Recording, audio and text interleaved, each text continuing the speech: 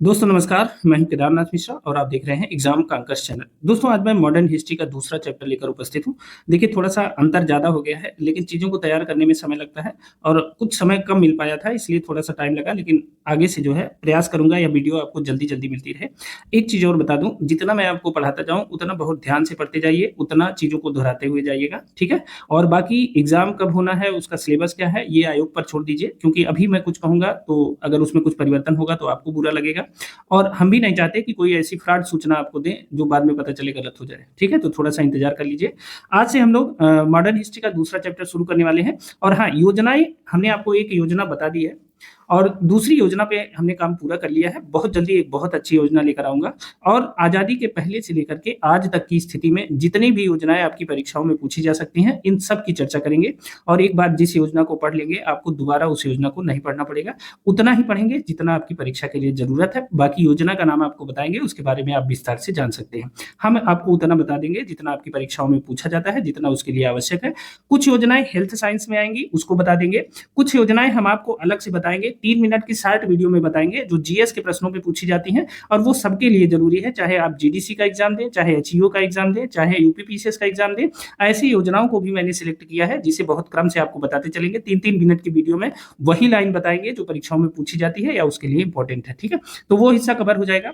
जहां तक UP special की बात है, तो यूपी स्पेशल मेरी बुक फाइनली जो है प्रूफ रीडिंग में है। जैसे ही वो क्लियर हो जाएगी, मैं यूपी स्पेशल को पढ़ाना शुरू कर दूंगा और लगातार उसकी क्लास चलेगी, क्योंकि उसकी पीडीएफ अवेलेबल रहेगी और पीडीएफ से मैं सीधे उसको पढ़ाते हुए चला जाऊंगा। यूपी स्पेशल में बहुत टाइम नहीं लगेगा और एक बार आप पढ़ लेंगे तब आपको पता चलेगा वास्तव में उत्तर प्रदेश में कौन कौन सी चीजें ऐसी थी जो अभी तक आप नहीं जानते थे और परीक्षाओं में आती तो चीजें गलत हो जाती, तो वो सारी चीजें कवर हो जाएंगी। अभी हम लोग मॉडर्न हिस्ट्री पढ़ते हैं और योजनाएं आपको मिलती रहेंगी और कोशिश करेंगे जल्दी जल्दी आपको क्लास मिलती रहे। लेकिन ध्यान रहे कि सब सिलेबस पूरा हो जाएगा, आप उसकी चिंता न लीजिए। खाली पढ़ाई पे ध्यान दीजिए, ज्यादा फोकस आप पढ़ने पर दीजिए, सिलेबस सब कवर हो जाएगा, ठीक है। बहुत सी चीजें जो लोग नई नई तैयारी शुरू कर रहे हैं, उन्हें मेहनत से पढ़ने की जरूरत है, बहुत ज्यादा चीजें पढ़ने की जरूरत है। कितने लोग परीक्षा में बैठते हैं इससे कोई फर्क नहीं पड़ता। मैं आपको बता दूं कि 50 से 60 हजार लोगों के बीच में पूरी फाइट होती है। बाकी लोग औपचारिक रूप से फार्म भर देते हैं, लेकिन वास्तव में अगर देखेंगे तो 50 से 60 हजार लोग ऐसे होते हैं जो एकदम फाइट में होते हैं, जिनके परीक्षा पास होने की संभावना सबसे ज्यादा होती है। तो अगर आपको उन 50 से 60 हजार लोगों के बीच में लाना है, उनसे ऊपर ले जाना है, तो आपको मेहनत करनी पड़ेगी, लगातार मेहनत करनी पड़ेगी। और पढ़ने का कोई शॉर्टकट नहीं होता, ये बात निश्चित रूप से जान लीजिए, ठीक है। अभी असिस्टेंट प्रोफेसर भर्ती की परीक्षा कैंसिल हुई है। जिन लोगों ने किसी भी विधि से पास किया होगा वह परीक्षा, अब देखिए उनका क्या हो गया, दोबारा पढ़ना पड़ेगा। तो पढ़ने का कोई शॉर्टकट नहीं होता, आपको पढ़ना पड़ेगा। मेहनत से पढ़िए और जितनी मेहनत कर सकते हैं उतनी करिए, जितना समय है उतना करिए, लेकिन मेहनत करिए और इसका कोई विकल्प नहीं, ठीक है। तो मेहनत से पढ़िए। चलिए आज की वीडियो शुरू करते हैं। और आज का जो हमारा मॉडर्न हिस्ट्री का जो चैप्टर है, देखिए दूसरा चैप्टर है, हमने आपको बताया था सिलेबस। तो इसमें दूसरे चैप्टर में देखिए हमने आज लिया है ईस्ट इंडिया कंपनी और बंगाल के नवाब। बहुत इंपॉर्टेंट है, यहीं से ईस्ट इंडिया कंपनी धीरे धीरे भारत पे कब्जा करना शुरू करती है। और जब आप यह चैप्टर पढ़ लेंगे तो आपको धीरे धीरे ये पता होने लगेगा कि किस तरह से अंग्रेज जो है भारत पे कब्जा करना शुरू कर चुके हैं। तो पहली चीज है। दूसरी, आप देख रहे होंगे अपनी स्क्रीन पर ये बैकग्राउंड स्क्रीन है और इस पे रंगीन लाइनों में लिखा गया है। तो देखिए इसमें कुछ मैटर हमने पहले से तैयार कर लिया था ब्लैक बैकग्राउंड पे, इसलिए मैं इसको बदल नहीं पाया। लेकिन आगे से परमानेंट एक बैकग्राउंड रखूंगा, क्योंकि इससे आपको पीडीएफ लेने में समस्या होगी। मैं समझ रहा हूं इन चीजों को। थोड़ा सा मैंने स्क्रीन को जूम कर दिया है। इस वीडियो को निपटा लीजिए, अगली वीडियो से सारी चीजें सब सही हो जाएंगी, ठीक है ना। तो चलिए सबसे पहले तो ये देख लेते हैं, पिछली वीडियो में जो हमने शुरू किया था मॉडर्न हिस्ट्री का, उसमें हम लोगों ने क्या क्या पढ़ा था, क्या चीजें याद रखने वाली है जो आपको परमानेंट याद रखना चाहिए, हर परीक्षा के लिए इंपॉर्टेंट है। किसी भी परीक्षा में जा रहे हैं, कोई जरूरी नहीं है एचईओ दें, जीडीसी दें, आप यूपीपीसीएस भी दे सकते हैं, आरओ भी दे सकते हैं, किसी भी परीक्षा के लिए। तो देखिए उत्तर प्रदेश लोक सेवा, एक चीज और बता दूं मैं, जीडीसी के जो अभ्यर्थी हमारे हैं, हायर एजुकेशन के जो अभ्यर्थी अब जुड़ रहे हैं, फिर से उनकी परीक्षा कैंसिल हो गई है, या जो भी अभ्यर्थी जीआईसी प्रवक्ता के लिए पढ़ रहे हैं, उत्तर प्रदेश लोक सेवा आयोग का एक सेट पैटर्न है और उस पैटर्न पे वो प्रश्न बनाता है, उसी पैटर्न पे पूछता है। और जिसने भी हमसे पढ़ा है उसको पता है कि उस पैटर्न को मैं बहुत कायदे से जानता हूं, इसलिए मैं उतनी ही चीजें आपको बताता हूं जहां से आयोग प्रश्न पूछता है। कई कई वीडियो में तो आपने देखा होगा कि मैंने शुरुआत की 2 लाइन जो बोली है उसमें से एलटी परीक्षाओं में प्रश्न आता है। जैसे जब आप पर्यावरण देखेंगे तो पर्यावरण जैसे ही मैं शुरू करता हूं तो 2 शब्द जरूर बताता हूं, एक बायोडाइवर्सिटी के बारे में बताता हूं, एक बायोलॉजिकल डाइवर्सिटी के बारे में बताता हूं, ठीक है। बायोडाइवर्सिटी और बायोलॉजिकल डाइवर्सिटी के बारे में मैं बताता हूं, और दोनों से प्रश्न परीक्षाओं में पूछे जाते हैं, इस बार भी कई बार परीक्षाओं में पूछे गए हैं। ठीक है, तो हर लाइन जो होती है वह परीक्षा की लाइन होती है, इसलिए बहुत कंसंट्रेट होकर जब आपको समय मिले तब पढ़े। पीडीओ बड़ी हो तो एक बार में ना पढ़िए, 2 बार में पढ़िए, लेकिन पूरा पढ़ने का प्रयास करिए और चीजों को नोट करने का प्रयास किया करिए। ठीक है, अब जो ज्ञान की बात है वो समाप्त हो गई। अब चलिए पढ़ाई पे ध्यान देते हैं और आज की चीजें देखते हैं। ठीक है, सबसे पहले पिछली वीडियो में कुछ चीजें हम लोगों ने पढ़ा था, उसमें मैं आपको संक्षिप्त में केवल यह बता दूंगा कि अंग्रेज और फ्रांसीसियों के बीच भारत में जो व्यापार को लेकर के जो युद्ध हुआ था उसे किस नाम से जानते थे? उसे जानते थे कर्नाटक युद्ध के नाम से। ठीक है, कर्नाटक युद्ध के नाम से। और मैंने यह भी बताया था कि कोरोमंडल के पीछे वाला जो इलाका था उसे कर्नाटक के नाम से जाना जाता था। चूंकि सारा युद्ध इसी क्षेत्र पर कब्जे को लेकर हुआ था तो इसीलिए इसे कर्नाटक युद्ध के नाम से जाना जाता है। ठीक है, तो अंग्रेज फ्रांसीसियों के बीच में भारत पर कब्जा बनाए रखने के लिए 3 कर्नाटक युद्ध हुए थे। सबसे पहले कर्नाटक युद्ध की बात करते हैं। अब देखिए इसमें से क्या होता है, ये जितने कर्नाटक युद्ध हैं कभी कभी सनवाइज पूछ लिए जाते हैं, कभी कभी मिलान करने को दे देता है, कभी कभी कर्नाटक युद्ध से संबंधित चीजें पूछ लेता है। ठीक है, तो मैं कुछ चीजों को बहुत तेजी से दोहरा देता हूं और आप भी हमारे साथ साथ इसे दोहराते हुए चलिए। ठीक है, पहली चीज जो सबसे पहले बात करेंगे प्रथम कर्नाटक युद्ध की, ध्यान से सुनते चलिएगा। प्रथम कर्नाटक युद्ध की बात करेंगे।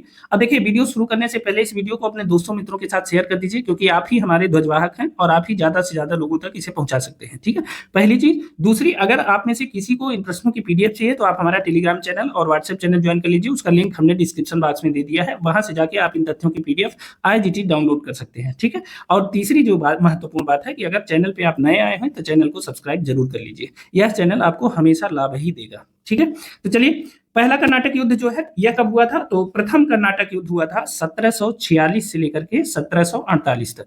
ठीक है, इस तिथि को याद रखिएगा। अब जब परीक्षा में प्रश्न पूछा जाता है तो कहा जाता है कि जो प्रथम कर्नाटक युद्ध था यह वास्तव में क्या था, तो उसमें एक ऑप्शन दिया रहता है, हर बार ऑप्शन यही दिया जाता है कि ऑस्ट्रिया के उत्तराधिकार युद्ध का विस्तार मात्र था। ठीक है, ऑस्ट्रिया के उत्तराधिकार युद्ध का विस्तार मात्र था।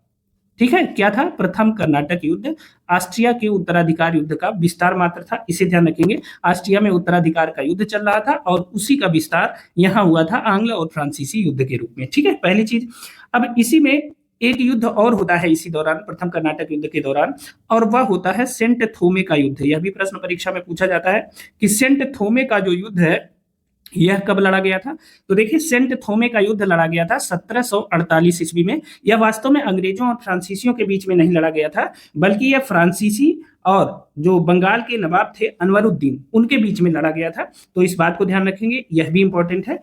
तीसरा, एक संधि होती है इसी दौरान जिसे कहते हैं एला सापेल की संधि। ठीक है, एला सापेल की संधि होती है एक, और एला सापेल की संधि को कभी कभी एक्सला सापेल की संधि के नाम से आपको परीक्षाओं में मिल जाएगा, एक्सला सापेल की संधि। ठीक है, एला सापेल कहे या एक्सला सापेल कहे, ये दोनों बात एक है। तो यह जो संधि हुई थी यह कब हुई थी? तो यह संधि हुई थी 1748 ईस्वी में, इसे भी ध्यान रखेंगे यह संधि कब हुई थी। अब देखिए जो एक्सला सापेल की संधि हुई थी, इसी संधि के द्वारा ऑस्ट्रिया में उत्तराधिकार का युद्ध समाप्त हो गया था। क्या हुआ था? ऑस्ट्रिया में जो उत्तराधिकार का युद्ध चल रहा था, उत्तराधिकार का युद्ध, यह जो है यह पूरी तरह से समाप्त हो गया था। तो जब ऑस्ट्रिया में उत्तराधिकार का युद्ध समाप्त हो गया और भारत में यही युद्ध जो है प्रथम कर्नाटक युद्ध का विस्तार था, तो इसका मतलब क्या है? इसका मतलब है कि भारत में जो प्रथम कर्नाटक युद्ध है वह समाप्त हो गया। ठीक है, प्रथम कर्नाटक युद्ध जो है भारत में वह समाप्त हो गया। और यहीं से एक प्रश्न बन जाता है कि भारत में प्रथम कर्नाटक युद्ध किसके द्वारा समाप्त किया गया? तो एक्सला सापेल या एला सापेल की संधि के द्वारा इसे समाप्त किया गया। इस तथ्य को ध्यान रखेंगे, एकदम इंपॉर्टेंट है, यही लाइन आपकी परीक्षा में पूछी जाती है, बार बार यही पूछी जाती है, क्योंकि दूसरा कोई कारण ही नहीं है। ठीक है, अब आते हैं द्वितीय कर्नाटक युद्ध की तरफ। देखिए ये बहुत इंपॉर्टेंट है, इसीलिए मैं आपको दोहरा रहा हूं। द्वितीय कर्नाटक युद्ध कब होता है इसकी चर्चा करते हैं। देखिए दूसरा जो कर्नाटक युद्ध होता है यह होता है 1749 में शुरू हो जाता है और 1754 ईस्वी तक चलता है। ठीक है, तो 1749 से 1754 तक द्वितीय कर्नाटक युद्ध होता है, इस तथ्य को याद रखिएगा। अब इसमें क्या होता है, इसी द्वितीय कर्नाटक युद्ध के दौरान एक युद्ध होता है जिसे हम अंबूर युद्ध के नाम से जानते हैं। किस नाम से जानते हैं? अंबूर युद्ध के नाम से जानते हैं। और परीक्षाओं में मिलान करने को आता है। अंबूर युद्ध होता है 1749 ईस्वी में, ठीक है। द्वितीय कर्नाटक युद्ध भी 1749 में शुरू होता है और उसके बाद अंबूर युद्ध होता है 1749 ईस्वी में। और यह वास्तव में अंग्रेजों और फ्रांसीसियों के बीच नहीं था, बल्कि फ्रांसीसी सेना चंदा साहब और मुजफ्फर जंग के ये एक साथ थे और बंगाल का नवाब अनवरुद्दीन अकेले इन सेनाओं से लड़ रहा था। तो अंबूर युद्ध होता है 1749 ईस्वी में, इसे ध्यान रखेंगे। द्वितीय कर्नाटक युद्ध के दौरान एक संधि होती है जो परीक्षाओं में पूछी जाती है, उसे कहते हैं पांडिचेरी की संधि। जो पांडिचेरी की संधि हुई थी वह वास्तव में 1755 ईस्वी में पांडिचेरी की संधि हुई थी, इस बात को ध्यान रखेंगे। और यह संधि जिन दो शक्तियों के बीच हुई थी वह हुई थी अंग्रेजों के बीच और फ्रांसीसियों के बीच। तो अंग्रेजों और फ्रांसीसियों के बीच पांडिचेरी की जो संधि हुई थी यह द्वितीय कर्नाटक युद्ध के दौरान हुई थी। और इस संधि में वास्तव में इन दोनों ने क्या किया था, कसम खाया था कि जैसे द्वितीय कर्नाटक युद्ध जब समाप्त होता है उसके बाद हुई थी, 1755 में हुई थी और उसकी समाप्ति के बाद ही, ठीक है, ध्यान रखेंगे, इसी संधि के बाद वो समाप्त हो जाता है पूरी तरह से। इसमें अंग्रेज और फ्रांसीसी एक कसम खाते हैं, अब अगर भारतीय नरेशों का कोई झगड़ा होगा न तो हम किसी का साथ देंगे न तो आप किसी का साथ दीजिए, हम दोनों एक दूसरे का साथ नहीं, मतलब एक किसी भी भारतीय नरेश का साथ नहीं देंगे तो आमने सामने नहीं आएंगे। और दूसरा, अगर किसी भी भारतीय नरेश ने किसी अंग्रेज या किसी फ्रांसीसी को कोई उपाधि दी है तो उसे भी हम समाप्त कर देते हैं, ठीक है। तो अगर कोई आपसे पूछे कि द्वितीय कर्नाटक युद्ध की जो समाप्ति होती है उसके बाद कौन सी संधि होती है, तो पांडिचेरी की संधि के द्वारा द्वितीय कर्नाटक युद्ध की समाप्ति होती है। पांडिचेरी संधि 1755 ईस्वी में होती है, इसे भी ध्यान रखेंगे, इंपॉर्टेंट है, ठीक है ना। अंग्रेजों फ्रांसीसियों के बीच ये संधि होती है। अब आते हैं तृतीय कर्नाटक युद्ध की तरफ। अब देखते हैं तृतीय कर्नाटक युद्ध की जो महत्वपूर्ण बात थी वह क्या थी, तृतीय कर्नाटक युद्ध, ठीक है, इसकी चर्चा करते हैं। तो देखिए तृतीय कर्नाटक युद्ध का जो काल है वह है 1756 से लेकर के 1763 ईस्वी तक, ठीक है। 1756 से 1763 के बीच तृतीय कर्नाटक युद्ध हुआ था। ये सारे सन हम इसलिए बता रहे हैं क्योंकि यही पूछा जाता है, ठीक है, तो इसे नोट कर लीजिएगा। तो तृतीय कर्नाटक युद्ध से पहले यूरोप में एक सप्तवर्षीय युद्ध की शुरुआत हुई थी यूरोप में, ठीक है। सप्तवर्षीय युद्ध क्या था? ये जो सप्तवर्षीय युद्ध था ना, यह वास्तव में जिसे कहते हैं कि क्षेत्रीय वर्चस्व या क्षेत्रीय संतुलन के लिए लड़ा जाने वाला युद्ध था। यूरोप की जो प्रमुख शक्तियां थी उनके बीच में सत्ता संतुलन, उपनिवेशों पर नियंत्रण और क्षेत्रीय वर्चस्व के लिए लड़ा गया युद्ध था सप्तवर्षीय युद्ध, ठीक है। यहां तक चीजें ध्यान रखिएगा। वास्तव में इस सप्तवर्षीय युद्ध का जो काल था ना वह 1756 से 1763 ही था, ठीक है। कब था यह? 1756 से लेकर के 1763 तक इसका काल था सप्तवर्षीय युद्ध का। और इसमें जो है एक पक्ष में प्रशा शामिल था, ग्रेट ब्रिटेन था, हनोवर था, जबकि दूसरे पक्ष में ऑस्ट्रिया, फ्रांस, रसिया, स्पेन, स्वीडन। और मैंने बताया ना कि पहले ही बताया कि यह क्षेत्रीय वर्चस्व को लेकर लड़ा गया युद्ध था। हालांकि अभी हम वर्ल्ड हिस्ट्री की तरफ नहीं चल रहे हैं, तो अभी हम सिर्फ तृतीय कर्नाटक युद्ध की बात कर रहे हैं। तो तृतीय कर्नाटक युद्ध का जो कारण था वो यही था कि यूरोप में सप्तवर्षीय युद्ध शुरू हो गया था और यहाँ पे जो है यहाँ पे ब्रिटेन और फ्रांसीसियों के बीच यहाँ भी युद्ध शुरू हो गया। कारण ये था कि सप्तवर्षीय युद्ध में फ्रांस जो है यह ऑस्ट्रिया का समर्थन कर रहा था, ठीक है ना। फ्रांस किसका समर्थन कर रहा था? ऑस्ट्रिया का समर्थन कर रहा था। जबकि अगर इंग्लैंड की बात करेंगे तो इंग्लैंड जो है यह प्रशा का समर्थक था। तो भाई दोनों विरोधी के समर्थक थे, तो यहाँ पे भी आमने सामने थे, इसलिए यहाँ भी युद्ध शुरू हो गया, ठीक है। तो तृतीय कर्नाटक युद्ध का जो समय था वह 1756 से 1763 के बीच में था और सप्तवर्षीय युद्ध एक कारण माना जा सकता है। इसी दौरान जब एक और युद्ध होता है इसी दौरान, जिसे कहते हैं वांडिया वास का युद्ध, ठीक है, ध्यान रखिएगा। कौन सा युद्ध था? वांडिया वास का युद्ध। वांडिया वास का युद्ध, यह भी प्रश्न लगातार परीक्षाओं में पूछा गया है कि वांडिया वास युद्ध का जो वास्तविक समय था वो कब था। तो वांडिया वास युद्ध लड़ा गया था 22 जनवरी 1760 ईस्वी को, ठीक है। 22 जनवरी 1760 ईस्वी को वांडिया वास का युद्ध लड़ा गया था। और मैं इसके बारे में आपको बता दूं, बहुत इंपॉर्टेंट युद्ध है क्योंकि यहीं से फ्रांसीसियों की शक्ति पूरी तरह से समाप्त हो जाती है और भारत में उनकी धीरे धीरे उनका बोरिया बिस्तर गोल होने लगता है, वो यहाँ से समाप्त होना शुरू हो जाते हैं। तो वांडिया वास का युद्ध हुआ था अंग्रेजों के बीच, अंग्रेजों व फ्रांसीसियों के बीच वांडिया वास का युद्ध हुआ था, इस बात को याद रखिएगा, ठीक है। फ्रांसीसियों के बीच हुआ था, ठीक है।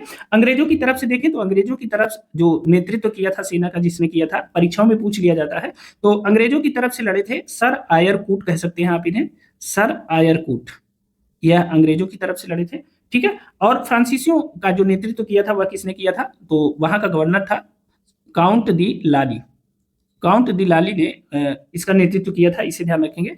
अब सर आयरकुट जो है ये विजेता रहे, ये विजेता रहे, और काउंट दिलाली जो है ये हार गए, या इन्हें कह सकते हैं ये पराजित हो गए। ठीक है, और यही वांडियावास के युद्ध में जब फ्रांसीसी पराजित हुए, इसके बाद जो है भारत में ये कभी आगे नहीं बढ़ पाए और यहीं से ये समाप्त हो जाते हैं। ठीक है, ध्यान रखेंगे, बहुत इंपॉर्टेंट है। तृतीय जो वो होता है कर्नाटक युद्ध, उसके मध्य में ही वांडियावास का युद्ध होता है, और इसी युद्ध के बाद जो है फ्रांसीसी भारत से समाप्त होना शुरू हो जाते हैं। ठीक है, एक संधि भी इस दौरान होती है जिसे पेरिस की संधि कहते हैं। क्या कहते हैं?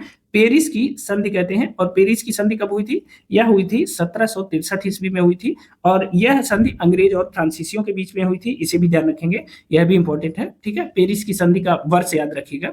तो ये हम लोगों ने पढ़ा था पिछली वीडियो में, ये आपका रेकअप था, इसे याद रखिएगा क्योंकि ये बहुत इंपॉर्टेंट है। यहाँ से लगातार प्रश्न परीक्षाओं में पूछे जाते हैं, इसीलिए हमने अपना भी समय खर्च किया और आपका भी थोड़ा सा समय दिया, क्योंकि 100% यहाँ से प्रश्न पूछा जाता है। कभी कभी सन पूछ लिया जाता है और कभी कभी यह पूछ लिया जाता है कि इस युद्ध का कारण क्या था। ठीक है, तो चीजों को दोहरा लीजिएगा, ये हमने आपको पहले ही बता दिया था। अब आते हैं आज की जो नई क्लास है, मतलब नया चैप्टर है, उसकी शुरुआत करते हैं। देखिए, जब हमने पहला चैप्टर ये पढ़ाया था पूरी तरह से कि जब यूरोपीय कंपनियों का आगमन हुआ था तो कैसे कैसे उनको जो है यहाँ की जमींदारी मिलनी शुरू हुई थी। अब ईस्ट इंडिया कंपनी और बंगाल के नवाबों के बारे में जान लेते हैं। हमने आपको बताया था कि 1651 ईस्वी की बात, देखिए बंगाल क्या था? बंगाल अत्यंत उपजाऊ और सबसे समृद्ध क्षेत्र था, और वही मुख्यतः व्यापारिक केंद्र था। कारण ये था कि एक तो वह जो है बंगाल की खाड़ी के तट पर स्थित था, ठीक है, और गंगा हुगली जो नदियां थी उसके द्वारा भी व्यापार हो जाता था, और उस समय का सबसे समृद्ध क्षेत्र भी वही था। ठीक है, तो वहां पे अंग्रेजों ने अपना डेरा जमाया, और चूंकि जो भूमि थी वहां की बहुत उपजाऊ थी, दोआब की भूमि थी, तो बहुत उपजाऊ थी, तो वहां पे जो है कृषि गतिविधियां बहुत तेज होती थी और बहुत ज्यादा मात्रा में वहां उत्पादन होता था। तो भाई अंग्रेज तो वहीं जाएंगे ना जहां पे उनको कुछ मिलेगा, खाली जगह वो ऊसर बंजर लेके क्या करेंगे? तो बंगाल को उन्होंने अपनी गतिविधियों का मुख्य केंद्र बनाया था। अब देखिए 1651 ईस्वी में क्या होता है, अंग्रेजों ने पहली कोठी अपनी बनाई थी बंगाल में। ठीक है, हमने आपको बताया था, तो बनाई थी 1651 ईस्वी में बनाई थी बंगाल में पहली कोठी, और शाह सुजा उस समय बंगाल का गवर्नर था। ठीक है ना, और उसी की अनुमति से उन्होंने अपनी पहली कोठी बनाई थी, इसे ध्यान रखेंगे। और शाह सुजा ने 3000 रुपए के बदले, ठीक है, 3000 रुपए वार्षिक के बदले बंगाल, बिहार तथा उड़ीसा में मुक्त व्यापार की अनुमति अंग्रेजों को दी थी। यह बात हमने आपको पहले ही बता दिया था। ठीक है, फिर आते हैं 1698 ईस्वी में सूबेदार रहता है वहां अजीमुस शान। ठीक है, बंगाल में सूबेदार कौन था? अजीमुस शान था 1698 ईस्वी में। इसने जो है सूतानाती, कलकत्ता तथा गोविंदपुर की जमींदारी अंग्रेजों को दी, हमने आपको बताया था, और इसे कुल 1200 रुपए में दिया था। हमने यह भी आपको बताया था कि इन्हीं बाद में यह जो क्षेत्र था इसी पर कलकत्ता की स्थापना करता है जॉर्ज चार्नक। यही जो क्षेत्र था यही जॉर्ज चार्नक ने कलकत्ता के रूप में डेवलप किया, हालांकि उसको लेकर विवाद है। ठीक है, अब आ जाते हैं 1717 ईस्वी में मुगल सम्राट फारुखसियर की चर्चा करते हैं। और मुगल सम्राट फारुखसियर ने एक फरमान के द्वारा बंगाल में अंग्रेजों को व्यापारिक छूट प्रदान की थी, यह भी हमने आपको बताया था। लेकिन इस व्यापारिक छूट के बदले अंग्रेजों को फारुखसियर को कितना देना था? 3000 रुपए प्रति वर्ष के हिसाब से देना था। ठीक है, 3000 रुपए वार्षिक या प्रतिवर्ष आप कह लीजिए, प्रतिवर्ष के हिसाब से फारुखसियर को देना था, और बंगाल में उन्हें व्यापारिक छूट प्रदान की गई थी मुगल सम्राट फारुखसियर के द्वारा 1717 ईस्वी, इसे ध्यान रखिए। अब देखिए थोड़ा सा पीछे चलते हैं, बात करते हैं 1700 में, और शासन था औरंगजेब ने। औरंगजेब ने मुर्शीद कुली खां को बंगाल का दीवान बनाया था। ठीक है ना, औरंगजेब ने मुर्शीद कुली खां को बंगाल का दीवान बनाया था। कब बनाया था? 1700 ईस्वी में बनाया था। और उसी मुर्शीद कुली खां को 1717 में फारुखसियर ने इसे बंगाल का सूबेदार बना दिया। ठीक है, औरंगजेब ने मुर्शीद कुली खां को क्या बनाया था? बंगाल का दीवान बनाया था, जबकि फारुखसियर ने इसे क्या बना दिया? बंगाल का सूबेदार बना दिया। अब आपके मन में एक प्रश्न उठ रहा होगा कि आखिर दीवान और सूबेदार में क्या अंतर है? ठीक है ना, दीवान और सूबेदार में वास्तव में क्या अंतर है? तो देखिए, दीवान जो होता था वह एक वित्तीय अधिकारी होता था, और यह जो है प्रांत की वित्त एवं राजस्व का अधिकारी होता था। वित्त एवं राजस्व का अधिकारी होता था कौन? दीवान। दीवान वित्त एवं राजस्व का अधिकारी होता था। लेकिन जब इसी दीवान को सूबेदार बना दिया गया तो सूबेदार को क्या पावर था? तो यह जो प्रांत था, प्रांत को क्या कहा जाता था? सूबा।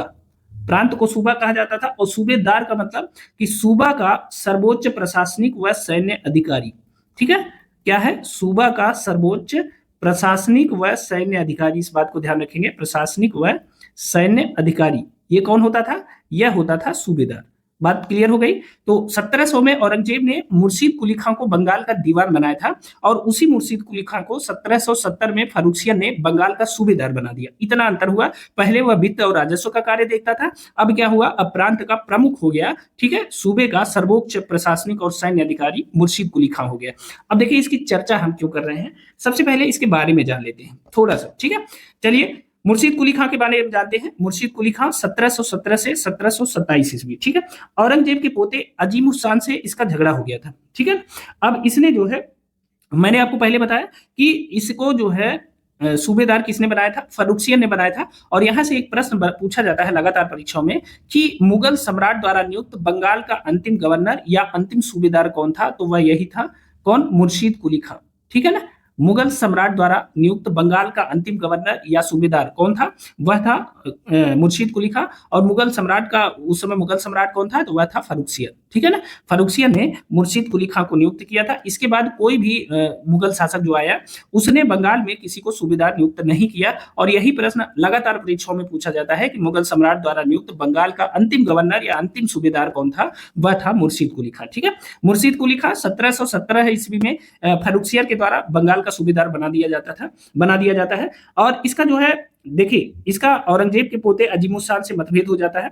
इसके बाद इसने अपनी राजधानी ढाका से मुर्शिदाबाद स्थानांतरित कर दी। ये प्रश्न है और इस प्रश्न का उत्तर है कि किस सूबेदार ने या किस गवर्नर ने ढाका से मुर्शिदाबाद अपनी राजधानी बदली, तो वह था मुर्शीद कुली खां। लगातार प्रश्न परीक्षाओं में पूछा गया है कि निम्नलिखित में से किसने अपनी राजधानी ढाका से मुर्शिदाबाद स्थापित की, तो वह है मुर्शीद कुली खां। इसे ध्यान रखिएगा।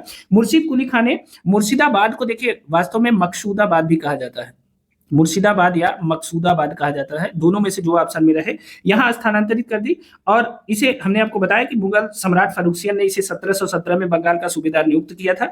1719 में इसे उड़ीसा भी दे दिया गया, यानी बंगाल के साथ इसे जो है उड़ीसा दे दिया गया। कब दिया गया, 1719 में। देखिए यहां मैंने लिखा है कि इसे उड़ीसा भी दे दिया गया था।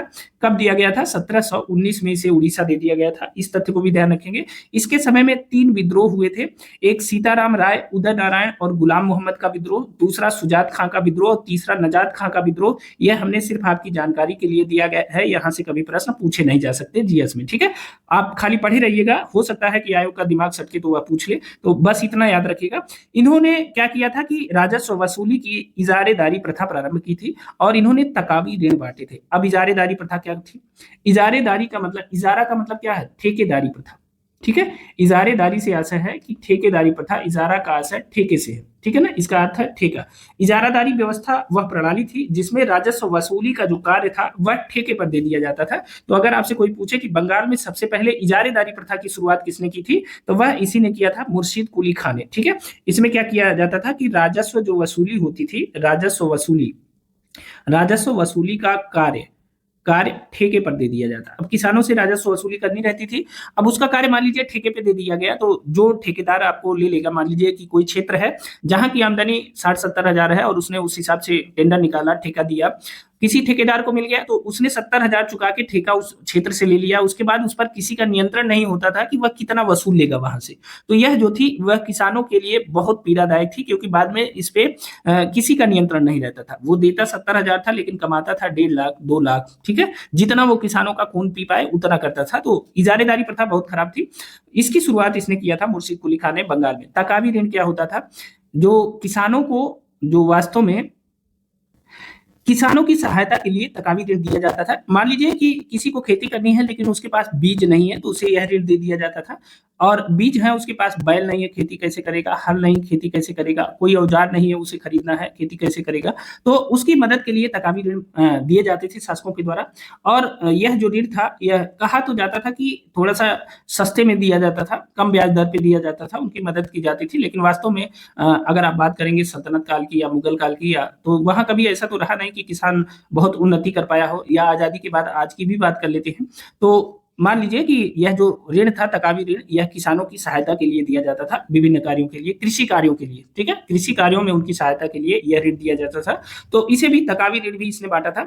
और मैंने आपको बताया कि इस मतलब मुर्शीद कुली खां से जो प्रश्न ज्यादातर पूछा जाता है वह दो प्रश्न है। एक तो मुगल सम्राट द्वारा नियुक्त बंगाल का अंतिम गवर्नर था मुर्शीद कुली खां, इसलिए इंपॉर्टेंट है। दूसरा, इसने अपनी राजधानी को ढाका से मकसूदाबाद या मुर्शिदाबाद स्थानांतरित किया, इसलिए यह इंपॉर्टेंट है, यहां से प्रश्न पूछ लिया जाता है। ठीक है ना। अब देखिए मुर्शीद कुली खां के बाद सुजाउद्दीन शासक बनता है। सुजाउद्दीन मुर्शीद कुली खां का वास्तव में दामाद था। ठीक है ना, यह क्या था, मुर्शीद कुली खां का दामाद था। और 1727 से 1739 ईस्वी तक यह बंगाल का गवर्नर रहता है। ठीक है, सूबेदार रहता है। देखिए 1733 में बिहार का कार्यभार भी इसे प्रदान कर दिया गया था, इसे भी ध्यान रखिएगा। और पहले इसको उड़ीसा मिल चुका है। ठीक है ना, बंगाल के बाद इसको क्या मिल चुका है, उड़ीसा मुर्शीद कुली खां को दिया जा चुका था। अब इसे सुजाउद्दीन के समय में इसमें बिहार का भी कार्यभार जोड़ दिया गया। ठीक है ना, तो बंगाल, बिहार और उड़ीसा संयुक्त रूप से एक हो गए। ठीक है, 1733 में इसे बिहार का कार्यभार दिया गया और इसने अली वर्दी खां को बिहार का नायब सूबेदार बनाया। इस आदमी को पकड़े रहिएगा। ठीक है ना, अली वर्दी खां को इसने क्या किया, बिहार का नायब सूबेदार बनाया सुजाउद्दीन ने। अब इसने अपने गले की फांस तैयार कर ली, एक महत्वाकांक्षी व्यक्ति को इसने बिहार का नायब सूबेदार बना दिया। ठीक है, अब आते हैं सरफराज खां को देखते हैं। सुजाउद्दीन की मृत्यु के बाद जो है सरफराज खां आता है, 1739 ईस्वी में यह गद्दी पे बैठता है और इसी के समय में अली वर्दी खां का विद्रोह हो जाता है। सरफराज खान वास्तव में कौन था, तो यह सुजाउद्दीन का पुत्र था। सरफराज खां कौन था, यह सुजाउद्दीन की मृत्यु के बाद उसका पुत्र था। सुजाउद्दीन का पुत्र था, क्या नाम था इसका, सरफराज खां। 1739 ईस्वी में यह शासक बनता है और इसी के समय में अली वर्दी खां का विद्रोह होता है। मैंने कहा था इस आदमी को पकड़े रहिएगा, ये वही अली वर्दी खां था जिसको सुजाउद्दीन ने बिहार का नायब सूबेदार बनाया था। ठीक है ना, ध्यान रखेंगे। इस समय अली वर्दी खां का विद्रोह हो जाता है सरफराज खां के समय में। ठीक है, और इसके बाद एक युद्ध होता है जिसे गिरिया के युद्ध के नाम से जानते हैं आप, मैं यही लिख देता हूं। एक युद्ध होता है जिसे गिरिया का युद्ध कहते हैं। ठीक है, गिरिया का युद्ध, यह अक्सर सब्जेक्ट में पूछा जाता है प्रश्न, लेकिन मैं आपको बता देता हूं। गिरिया का युद्ध होता है 1740 ईस्वी में, यह युद्ध होता है और इसी युद्ध में अली वर्दी खां ने सरफराज खां को पराजित कर दिया और पराजित करने के बाद मार डाला उसे। ठीक है, और उसके बाद यह खुद बंगाल का नवाब बन गया। ध्यान रखिएगा, इसने सरफराज खां को मार करके खुद बंगाल की गद्दी हथिया ली। ठीक है, तो ध्यान रखेंगे। अब जब इसने बंगाल की गद्दी हथिया ली तो इसके बाद क्या हुआ, तो अली वर्दी खां 1740 से लेकर के 1756 ईस्वी तक इसने जो है वहां का नवाब रहा। इसके बारे में बात करते हैं। अब देखिए हमने बताया ना कि 1740 ईस्वी में यह जो है बंगाल का नवाब बनता है और 1756 ईस्वी में तक रहता है। ठीक है ना, 16 वर्षों तक यह बंगाल का नवाब बना रहता है।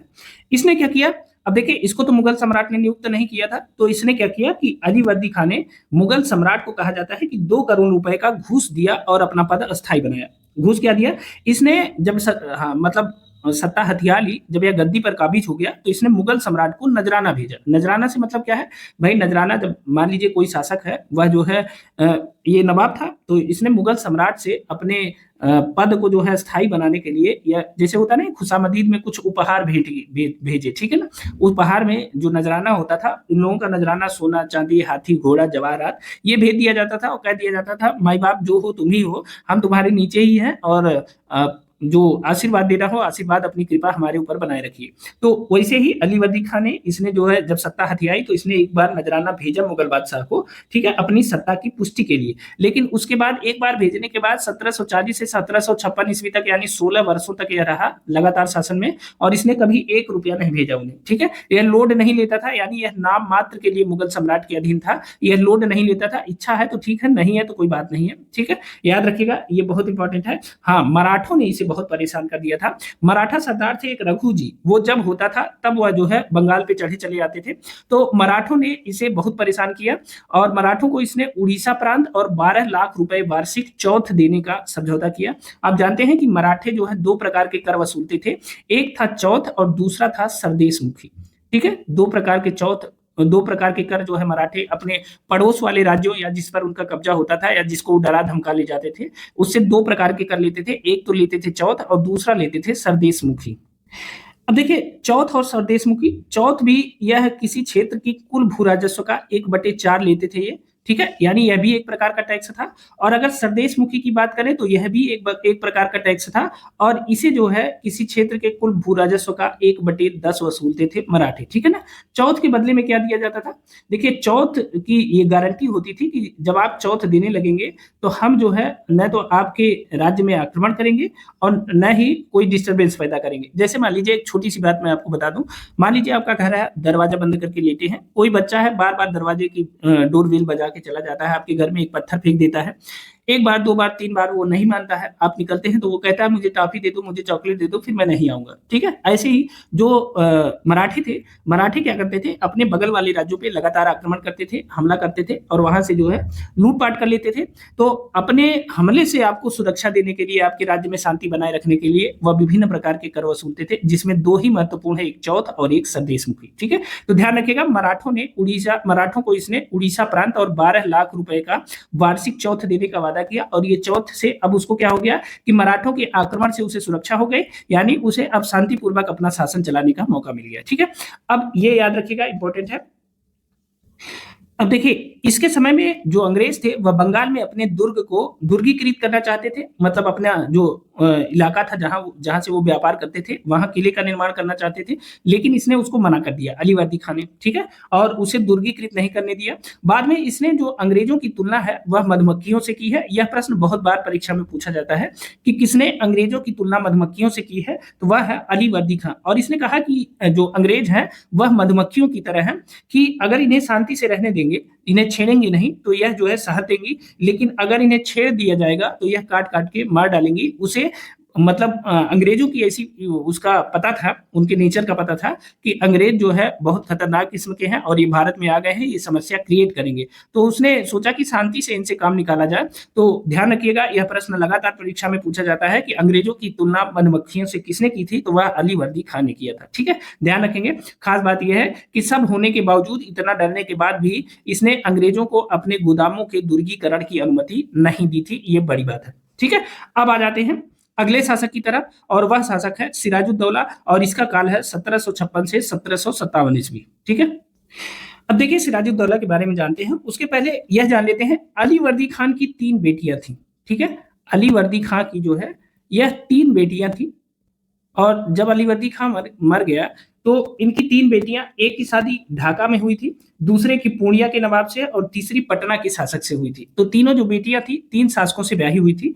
इसमें जो सिराजुद्दौला था वह उसकी सबसे छोटी बेटी का बेटा था, ठीक है ना। और सबसे छोटी बेटी की जो शादी हुई थी वह पटना में हुई थी, तो पटना के शासक का बेटा था ये।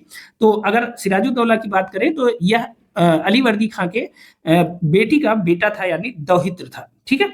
और जब यह गद्दी पर बैठता है 1756 में, तो उसके 3 प्रमुख दुश्मन निकल के आ जाते हैं। ये 3 प्रमुख दुश्मन कौन कौन से थे? तो एक था पूर्णिया का नवाब शौकत जंग था, दूसरा मौसी थी घसीटी बेगम, और तीसरा था अंग्रेज, ठीक है। घसीटी बेगम यह अलीवर्दी खां की सबसे बड़ी बेटी थी, ठीक है, और इनकी जो शादी हुई थी वह ढाका के गवर्नर से हुई थी, ढाका की विधवा थी।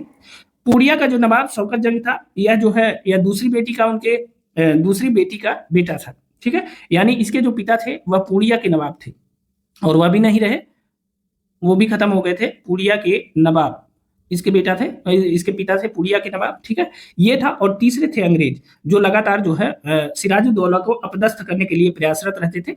तो ये 3 प्रमुख दुश्मन थे, इन तीनों प्रमुख दुश्मनों से सिराजुद्दौला जो है धीरे धीरे निपटा, ठीक है। वास्तव में ये जो सारा खेल था ना, ये अंग्रेज कर रहे थे, खाली मोहरा बनाए थे शौकत जंग को और घसीटी बेगम को।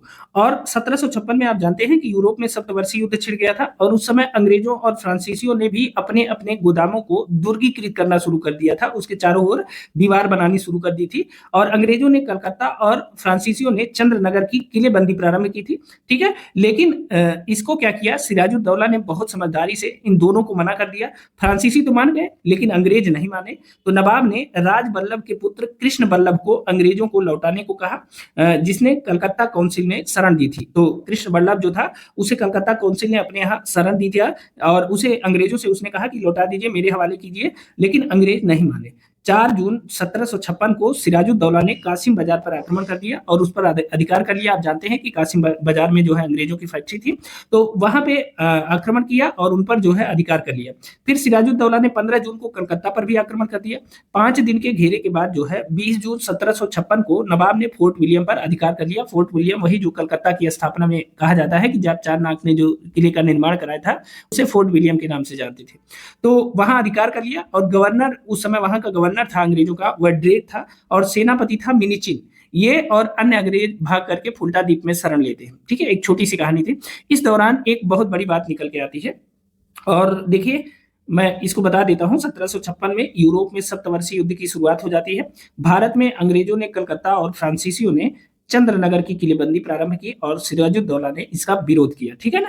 15 जून 1756 सिराजुद्दौला ने कलकत्ता पर आक्रमण कर दिया और 20 जून 1756 को इसने फोर्ट विलियम पर अधिकार कर लिया। ये चीजें याद रखिएगा।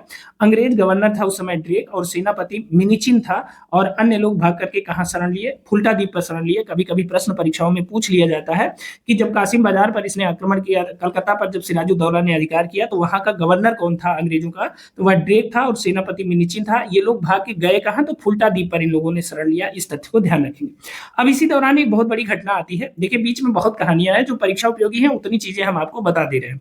इसी दौरान एक बहुत बड़ी घटना होती है जिसे कहा जाता है ब्लैक होल की घटना। यह प्रश्न परीक्षाओं में पूछा जाता है बहुत बार कि ब्लैक होल की घटना कब हुई थी?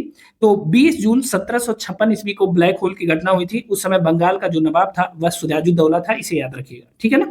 अब इस घटना का उल्लेख किसने किया है? तो केवल एक आदमी ने किया है, उसका नाम है जेजेड हालवेल। ब्लैक होल की घटना का उल्लेख किसने किया है? जेजेड हालवेल, अकेले इसी व्यक्ति ने किया है। इसे ध्यान रखेंगे।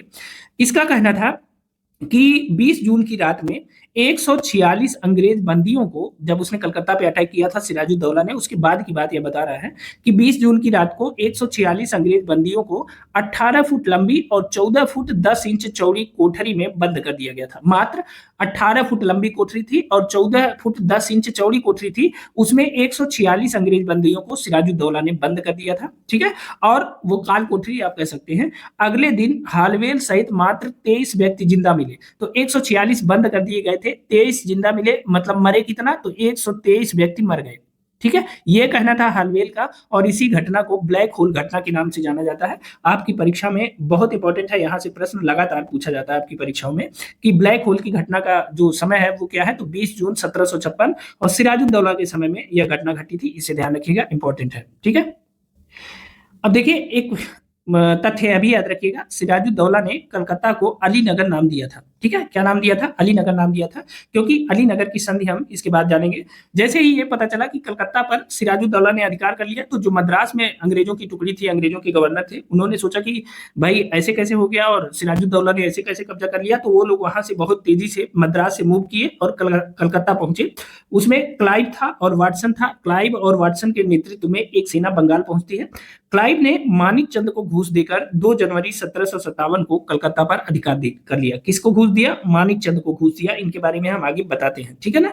और 9 फरवरी 1757 में नवाब ने क्लाइव से अलीनगर की संधि कर ली और अलीनगर सिराजुद्दौला द्वारा कलकत्ता को दिया गया नया नाम था। मैंने आपको पहले बताया। तो अलीनगर देखिए, जब उसने मानिक चंद को घूस दिया उसके बाद जो है वह कलकत्ता पर अधिकार कर लेता है। ये स्टोरी बड़ी है इसलिए हम आपको शॉर्ट में बता देते हैं।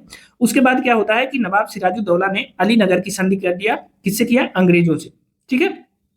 तो सिराजुद्दौला और क्लाइव के बीच में अलीनगर की संधि होती है। तो ध्यान रखिएगा 9 फरवरी 1757 ईस्वी को अलीनगर की संधि होती है। इस तथ्य को ध्यान रखेंगे। यह जो संधि हुई वह सिराजुद्दौला और रॉबर्ट क्लाइव के बीच यह संधि होती है। यह प्रश्न कई बार पूछा गया है कि अलीनगर की संधि किसके बीच होती है? तो सिराजुद्दौला और क्लाइव के बीच में होती है। ठीक है। अब इस संधि के जो प्रमुख प्रावधान थे उसमें क्या था कि कंपनी के जो क्षेत्राधिकार थे, जो विशेषाधिकार थे, वह पुनः स्थापित हो गए। जो अभी सिराजुद्दौला ने जिस पे कब्जा कर लिया था उसे वापस कर दिया गया। ठीक है ना। और इस संधि के तहत कंपनी को क्या किया गया?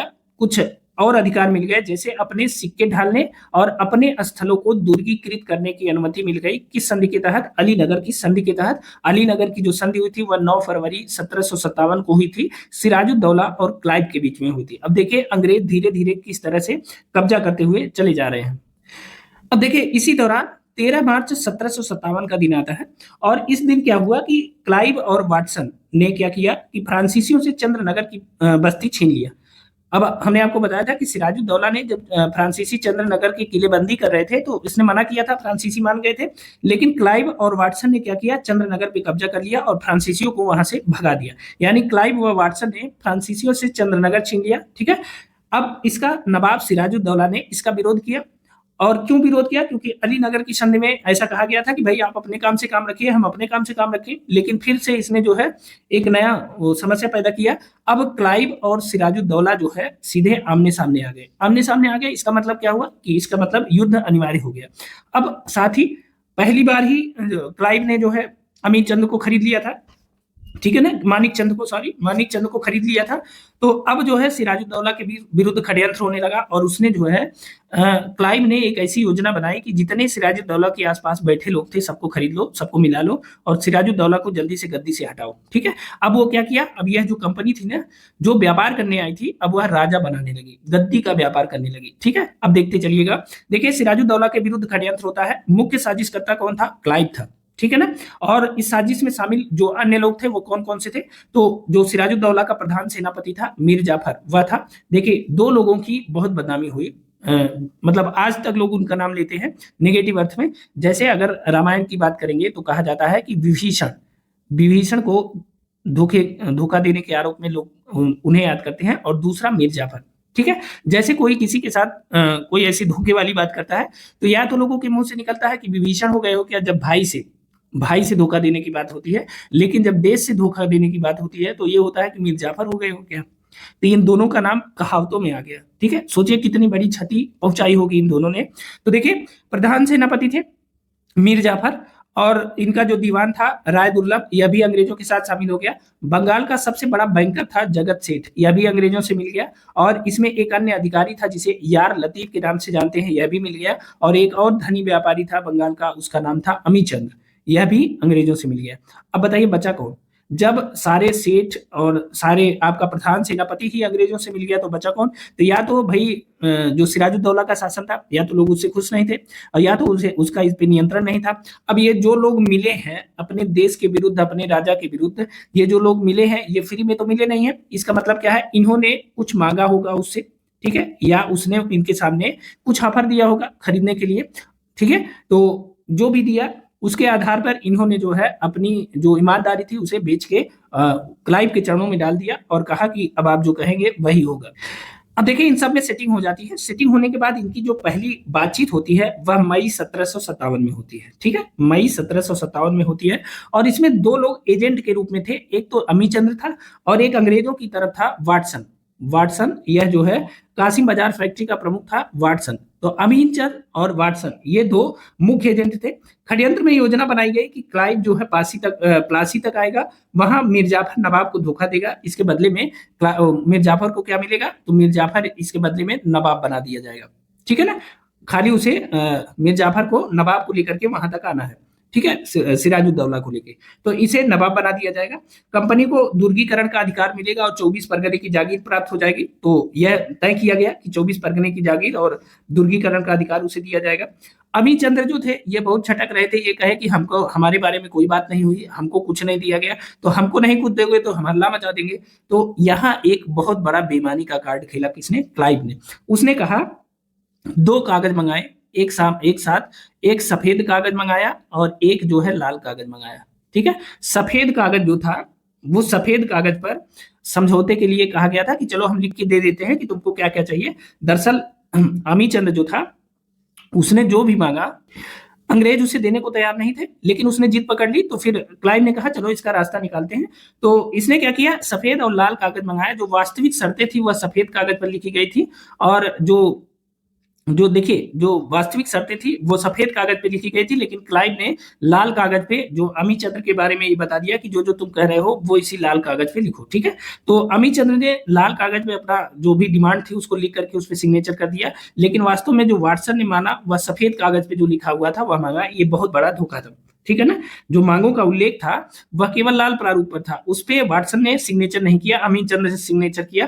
क्लाइव ने इस पे वाटसन का नकली सिग्नेचर बना दिया, ठीक है। जबकि सफेद कागज सफेद कागज पे वाटसन ने हस्ताक्षर किया था और उसे जो है अमीचंद तक पहुंचाया ही नहीं गया, जिसमें वास्तविक चीजें लिखी हुई थी। तो इस तरह से इसके साथ बेईमानी की गई अमीचंद के साथ, और बाद में क्लाइव ने इसे मरवा भी दिया था। और यह जो है कहा जाता है कि भारत में जो अंग्रेजों के शासन की नींव है वह धोखे के आधार पर पड़ी, और वह धोखा यही अमीचंद के साथ क्लाइव के द्वारा किया गया धोखा था। इतना बड़ा बेईमान आदमी था, ठीक है ना। तो इस तरह से जो है एक षड्यंत्र का वो पूरा माहौल तैयार था, सब लोग मिल गए थे। केवल जो है सिराजुद्दौला को यह नहीं पता चल पाया कि कैसे उसे इन चीजों से निपटना है, और वह जो है अंत में अंग्रेजों और सिराजुद्दौला के बीच एक युद्ध होता है, और उस युद्ध को हम जानते हैं प्लासी के युद्ध के नाम से। और इस युद्ध का जो आयोजन है वह 23 जून 1757 ईस्वी को इस युद्ध का आरंभ होता है, इसे ध्यान रखिएगा।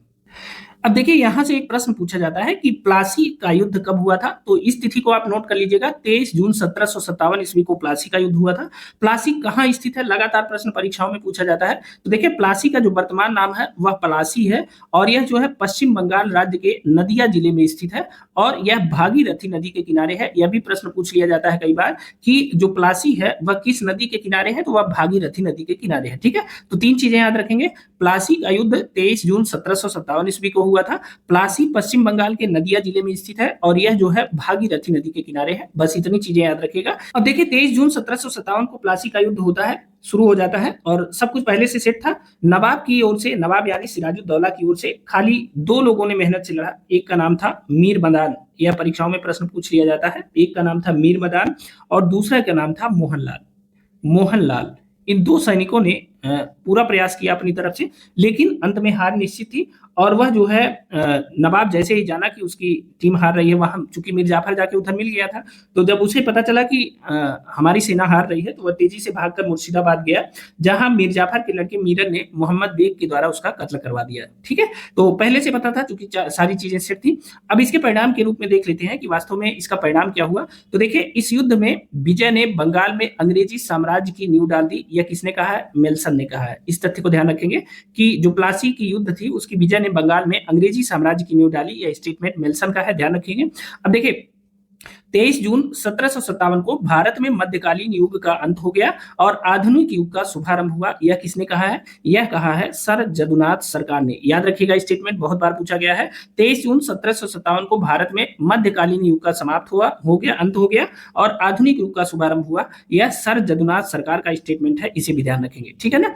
अब देखिए मीर जाफर को नवाब बना दिया गया इसकी विजय के पश्चात, और इसे जो है पहली क्रांति या प्रथम क्रांति के नाम से जाना गया। इसे कहा गया मीर जाफर को नवाब बनाए जाने को प्रथम क्रांति कहा गया, इसे भी याद रखेंगे। देखिए मीर जाफर को क्या मिला, बंगाल की गद्दी मिल गई, नवाब मिल गया, नवाब बन गया, और कंपनी को 24 परगने की जमींदारी और 1758 से 1760 तक के लिए बर्दवान तथा नदिया के कुछ क्षेत्र मिल गए, ठीक है ना। 24 परगने की जमींदारी मिली कंपनी को, और 1758 से 1760 2 साल तक के लिए जो है बर्दवान और नदिया के कुछ क्षेत्र मिल गए, इसे भी ध्यान रखेंगे। यह दोनों बंगाल में स्थित है। क्लाइव को बंगाल का गवर्नर बना दिया गया। अगर आपसे कोई प्रश्न पूछे कि क्लाइव को बंगाल का गवर्नर कब बनाया गया, तो क्लाइव को बंगाल का गवर्नर बनाया गया प्लासी के युद्ध के बाद, ठीक है। प्लासी के युद्ध के बाद बनाया गया। यह वास्तव में एक क्लर्क के रूप में भर्ती हुआ था ईस्ट इंडिया कंपनी में, और यह बंगाल का गवर्नर बन गया प्लासी के युद्ध के बाद। इसे याद रखेंगे, प्रश्न पूछ लिया जाता है यहाँ से। किसने क्लाइव को स्वर्ग से उत्पन्न सेना नायक कहा था, हेवन बोर्न जनरल किसने कहा था, तो वह कहा था विलियम पिट ने। यह प्रश्न कई बार पूछा गया है कि स्वर्ग से उत्पन्न सेना नायक की संज्ञा किसे दी जाती है, तो वह क्लाइव को दी जाती है, और यह संज्ञा किसने दी थी, विलियम पिट ने दिया था। इसे भी ध्यान रखिएगा, ठीक है, बहुत इंपॉर्टेंट है, कई बार यह प्रश्न पूछा जाता है। देखिए वास्तव में एक बार यह भी प्रश्न पूछा गया है कि क्लाइव कब भारत आया था, तो देखिए क्लाइव पहली बार 1744 ईस्वी में एक क्लर्क के रूप में भारत आया था, और दूसरी बार यानी यह भारत से एक बार वापस चला जाता है, दूसरी बार भारत 1765 में आता है। और यह प्रश्न कई बार पूछा गया है कि क्लाइव की दूसरी बार जो भारत वापसी होती है वह कब होती है, तो 1765 ईस्वी में होती है। इस तथ्य को ध्यान रखेंगे, ठीक है। ये जितने फैक्ट हैं आप सभी याद रखिएगा, ये सभी परीक्षाओं में पूछे जाते हैं। अब आइए आगे की तरफ चलते हैं और देखते हैं मीर जाफर। मीर जाफर अब बंगाल का नवाब हो गया, सिराजुद्दौला समाप्त हो गया, प्लासी का युद्ध हो गया। अब चलते हैं मीर जाफर की तरफ। मीर जाफर 1757 से लेकर के 1760 ईस्वी तक बंगाल का नवाब हो गया, ठीक है ना, बंगाल का नवाब बना। और इसे जो है कर्नल क्लाइव का गधा कहा जाता था, क्योंकि इसे उतना ही सुनना था जितना क्लाइव कहता था। बाकी यह अपने आंतरिक मामलों में फैसले लेने के लिए भी यह जो है आजाद नहीं था, इसे ध्यान रखेंगे। अच्छा याद रखिएगा 25 फरवरी 1760, यही मैं कह रहा था आपसे, 25 फरवरी 1760 को क्लाइव इंग्लैंड वापस चला जाता है, ठीक है। और यही जब दोबारा कब आता है, 1765 में आता है। यह प्रश्न कई बार पूछा गया है कि क्लाइव इंग्लैंड वापस कब गया है, तो 25 फरवरी 1760 को चला गया, ठीक है। अब आगे चलते हैं। अगला जो महत्वपूर्ण बिंदु है, मीर जाफर को गद्दी से हटाया जाना। मीर जाफर कब गद्दी से हटा दिया गया, 1760 में इसे गद्दी से हटा दिया गया, इसे ध्यान रखेंगे। देखिए क्लाइव के जाने के बाद जो बंगाल का अस्थायी गवर्नर बनाया गया उसका नाम था हालवेल। हालवेल को क्या बनाया गया, ये अस्थायी गवर्नर था, अस्थायी गवर्नर। ये कहाँ का अस्थायी गवर्नर बना, तो यह बंगाल का अस्थायी गवर्नर बन गया हालवेल, ठीक है। जब क्लाइव चला गया तो बंगाल का अस्थायी गवर्नर बन गया हालवेल। हालवेल ने जो है जो मीर जाफर है उस पर डचों को संरक्षण देने का आरोप लगाया, ठीक है। लेकिन जो नवाब था यानी मीर जाफर जो था, उसने जो है अंग्रेजों को, वास्तव में स्थिति क्या थी, स्थिति ये थी कि अंग्रेज लगातार उससे पैसे मांगते थे और उसके पास इतना पैसा था नहीं भाई, एक बार में इतना दे के तो वैसे ही बना था, क्या क्या सबको लुटा दिया था।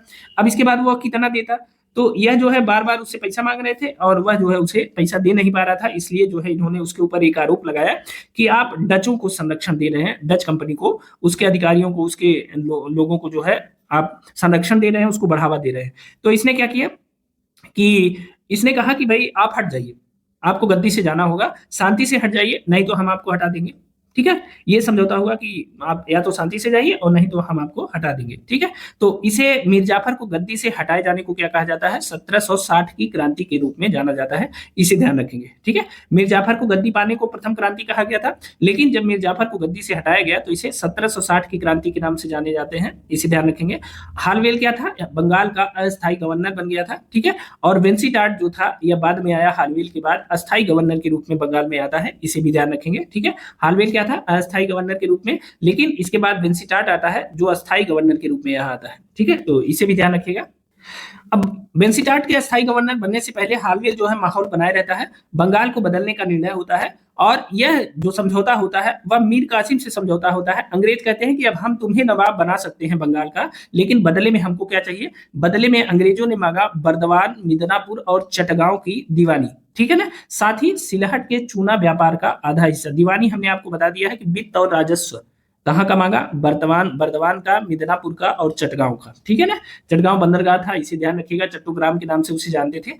तो ये मांगा, और सिलहट के चूना व्यापार जो होता था बंगाल की तरफ से, बंगाल के शासक की तरफ से, उसका आधा हिस्सा मांगा इसने, ठीक है। इसके अलावा बेंसीटाट वहां का स्थायी गवर्नर था, आप जानते हैं अंग्रेजों का, उसे 50,000 पाउंड चाहिए था। हालवेल जो अस्थायी गवर्नर था उसे 27,000 पाउंड चाहिए था। कलकत्ता काउंसिल के जो अन्य सदस्य थे उन प्रत्येक सदस्य को 25,000 पाउंड चाहिए था, ठीक है ना। अब देखिए इतने के लिए समझौता किसने किया, मीर कासिम ने, कि इतना हम देंगे, हमको बंगाल का नवाब बना दो, ठीक है। अब अंग्रेजों ने ये सौदा कर लिया। उसके बाद बेंसीटाट ने मीर जाफर को सीधे कहा कि आप गद्दी छोड़ दो, नहीं तो फिर युद्ध करना पड़ेगा। तो इसने जो है तुरंत गद्दी छोड़ दी मीर जाफर ने, और इसे जो है 15,000 मासिक पेंशन दिया गया और इसे कलकत्ता में रहने के लिए, मतलब कलकत्ता में यह रहने लगा, कितने में, 15,000 मासिक पेंशन में यह कलकत्ता में रहने लगा। शांति से इसने गद्दी छोड़ दी, समझदारी किया, जैसे अलीवर्दी खान ने कहा था ना कि अंग्रेज जो है मधुमक्खी की तरह है, तो इसने उसका पालन भी किया और इसने शांति से गद्दी छोड़ दी, ठीक है। अब आते हैं, अब मीर कासिम, इतना तो देने के बाद इनको सत्ता मिली थी, हमने आपको ऊपर बताया, मीर कासिम की जो सत्ता है वह 1760 से लेकर के 1763 ईस्वी तक बनी रहती है। इसका जो सबसे बड़ा परिवर्तन था, इसने अपनी राजधानी को मुर्शिदाबाद से मुंगेर ले गया, ठीक है। यह प्रश्न याद रखिएगा, मुर्शिदाबाद से मुंगेर ले गया। सबसे पहली जो बात हमने किया था, मुर्शिदाबाद कौन ले गया था, तो मुर्शीद कुली खां मुर्शिदाबाद ले गया था राजधानी को अपने, और इसने क्या किया, इसने मुर्शिदाबाद से उस राजधानी को यह मुंगेर ले जाता है मीर कासिम। और यह प्रश्न लगातार परीक्षाओं में पूछा जाता है कि किसने अपनी राजधानी को मुर्शिदाबाद से मुंगेर स्थानांतरित किया, तो वह मीर कासिम है, ठीक है, ध्यान रखिएगा। अब मीर कासिम को सत्ता मिल गई तो मीर कासिम ने कुछ सुधार भी किया अपने यहाँ बंगाल की स्थिति सुधारने के लिए। इसने नए कर लगाए कुछ, ठीक है, उसे आब वाब या ऊपरी कर कहा जाता था, कहीं कहीं पूछ लिया जाता है कभी कभी आब वाब, ठीक है, इसे कहते हैं आब वाब कहते हैं, और यह जो है इसे ऊपरी कर के नाम से भी जानते हैं, ठीक है, ऊपरी कर। तो यह लगाया इसने। दूसरा, पुराने करों पर इसने 3/32 भाग अतिरिक्त कर लगाया कि पैसा चाहिए भाई, क्योंकि इतना पैसा देके तो ये आया था तो खजाने में तो कुछ बचा नहीं था। साथ ही इसने खिजरी जमा वसूल किया, ठीक है ना। खिजरी जमा अधिकारियों द्वारा बचत के रूप में वसूला गया एक कर है, खिजरी जमा उसे कहा जाता है, तो इसे भी वसूल किया। साथ ही इसने एक बहुत बड़ा काम किया, मुंगेर में तोपें तथा तोड़ेदार बंदूक बनाने का कारखाना स्थापित किया। ध्यान रखिएगा। अब देखिए, इस प्रश्न को दो तरह से पूछा जा सकता है। एक तो मुर्शिदाबाद से मुंगेर या अपनी राजधानी ले गया था। ये इस प्रश्न को पूछते हैं कि किसने अपनी राजधानी में तोपे तथा तोड़ेदार बंदूक बनाने का कारखाना लगाया, या किस बंगाल के किस नवाब ने मुंगेर में तोपे तथा तोड़ेदार बंदूक बनाने का कारखाना लगाया, तो वह था मीर कासिम। ठीक है, याद रखिएगा, बहुत इंपॉर्टेंट है। इसने सत्ता भले अंग्रेजों से घूस देकर के ली थी, लेकिन ये काम बहुत समझदारी का कर रहा था। ठीक है, तो इसने कारखाना स्थापित किया। और 1763 में दरअसल क्या हुआ था कि शुरू में लाइसेंस या दस्तक जिसे कहते हैं दिया जाता था अंग्रेजों को व्यापार के लिए। बाद में क्या हुआ कि ये ऐसा शुरू किया था उसने, उसके समय में फर्रुखियत ने दस्तक देना शुरू किया था। तो बाद में क्या हुआ कि उनका जो है दस्तक का अंग्रेज जो है, कोई भी आदमी वैसे एक ठीक कागज बना लेता था और कहता था मेरे लिए फ्री है, मैं व्यापार कर सकता हूं, तो लगातार उसका दुरुपयोग करते थे। और जो भारतीय व्यापारी थे उनको दस्तक जल्दी मिल नहीं पाता था, उनको लाइसेंस मिल नहीं पाता था व्यापार के लिए, और जो अंग्रेज थे वो भाई दस्तक लेके फ्री में व्यापार करते थे। तो इसने क्या किया कि 1763 में समस्त आंतरिक जो व्यापार था उसको कर मुक्त कर दिया। ठीक है, बिना कागज के जिसको जहां व्यापार करना हो करे, एक भी पैसा नहीं देना है। ठीक है, अब इससे क्या हुआ, इससे एक तो अंग्रेजों की जो वो थी ना एकाधिकार, वो लगता है कि अगर हमारे बराबर सब हो गए तो हमारा कोई मतलब नहीं है, तो उनका एकाधिकार जो है इससे प्रभावित हुआ। तो एक तो ये अब धीरे धीरे खुन्नस बढ़ रही है, देखते रहिएगा। साथ ही इसने सेना का आधुनिकीकरण करने का प्रयास किया। ध्यान रखिएगा, इसने सेना का आधुनिकीकरण करने का प्रयास किया और जर्मन अधिकारी को नियुक्त किया जिसे वाल्टर रीनहार्ड के नाम से जानते हैं, और इसे बाद में समरू के नाम से यह प्रसिद्ध हुआ। याद रखिएगा, ठीक है। सेना का आधुनिकीकरण किया, एक जर्मन अधिकारी की नियुक्ति की जिसका नाम वाल्टर रीनहार्ड था, और इसे जो है समरू के नाम से भी जानते हैं। आगे आप चल के पढ़ेंगे कि बेगम समरू, इसकी पत्नी ने, जो इसकी विधवा थी, उसने सरधना में, सरधना मेरठ के पास है, एक प्रसिद्ध चर्च का निर्माण कराया था। यह प्रश्न कई बार परीक्षा में पूछा गया है कि बेगम समरू ने कहां पर एक प्रसिद्ध चर्च बनवाया था, तो यह सरधना यानी मेरठ में बनवाया था, इसे ध्यान रखेंगे। तो यह जर्मन अधिकारी वाल्टर रीनहार्ड था जिसे समरू के नाम से जानते हैं, इसे नियुक्त किया था उसने अपनी सेना में, जर्मन अधिकारी था और सेना के प्रशिक्षण के लिए इसे नियुक्त किया गया था। तो आगे की सोच के चलता था, अंग्रेजों से निपटने के लिए हमेशा जो है वह दिमाग लगाए रहता था। ठीक है, तो ये महत्वपूर्ण चीजें उसने किया, लेकिन अंग्रेज जो है उसके इस व्यवहारों को, जो ये जो व्यवहार था उसे सहन न कर सके और उसे ईर्ष्या करने लगे। मीर कासिम ने क्या किया कि बिहार के उप सूबेदार राम नारायण, जिसे क्लाइव ने संरक्षण दिया था, इसको कंपनी से सौंपने को कहा, लेकिन कंपनी ने जो है, कंपनी का प्रमुख था बेंसिटार्ट, उसने राम नारायण को मीर कासिम को सौंप दिया और मीर कासिम ने उसका वध कर दिया। तो पहली घटना ये हो गई। बाद में पटना व्यापारी कोठी के प्रमुख एलिस ने पटना पर आक्रमण कर अधिकार कर लिया, लेकिन मीर कासिम ने पटना पर तुरंत अधिकार कर एलिस को पराजित कर दिया और अंग्रेज अधिकारियों को बंदित कर लिया, बना लिया। पटना की जो एक घटना थी, इसके कारण कंपनी ने जुलाई 1763 में मीर जाफर को फिर से नवाब घोषित कर दिया और मीर कासिम के विरुद्ध युद्ध छेड़ दिया। और इस तरह से क्या होता है, इस तरह से एक नए युद्ध की पृष्ठभूमि तैयार हो जाती है जिसे कहते हैं बक्सर का युद्ध। ठीक है ना। अब चलिए अगला देख लेते हैं। मीर जाफर को फिर से कंपनी ने घोषित कर दिया और उसने जो है मीर कासिम से न तो कुछ पूछा न चेतावनी दी, सीधे मीर जाफर को फिर से जो है नवाब घोषित कर दिया और 1763 से 1765 ईस्वी तक मीर जाफर फिर से नवाब रहा। ठीक है ना। तो एक बार फिर जो है यह बंगाल का नवाब बन गया मीर जाफर, इसे ध्यान रखिएगा। और इसने जो है कंपनी से खाली नमक कर लिया 2.5%, बाकी सब दे दिया, जाओ ले जाओ, मेरे बाप का कुछ नहीं है, जो मर्जी है वो ले जाओ। ठीक है। अब आपसे एक प्रश्न यहाँ पूछा जाता है कि इसके समय में बक्सर का युद्ध हुआ था, वो बंगाल का उस समय नवाब कौन था जिसके समय में बक्सर का युद्ध हुआ था, तो वह था मीर जाफर। ठीक है, इसे ध्यान रखेंगे।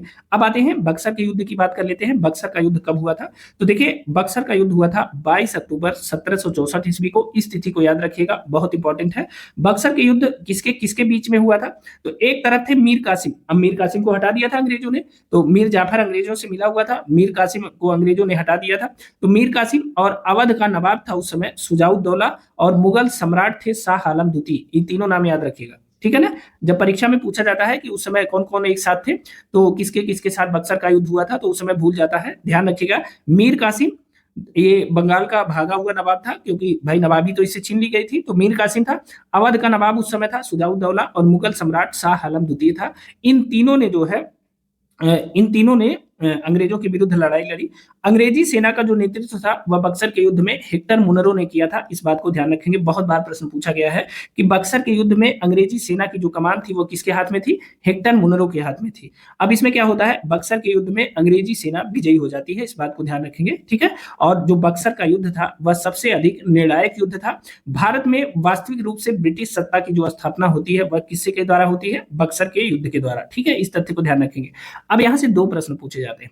एक तो किस युद्ध से भारत में अंग्रेजी सत्ता की नींव पड़ी, तो वह कहा जाता है प्लासी का युद्ध, ठीक है।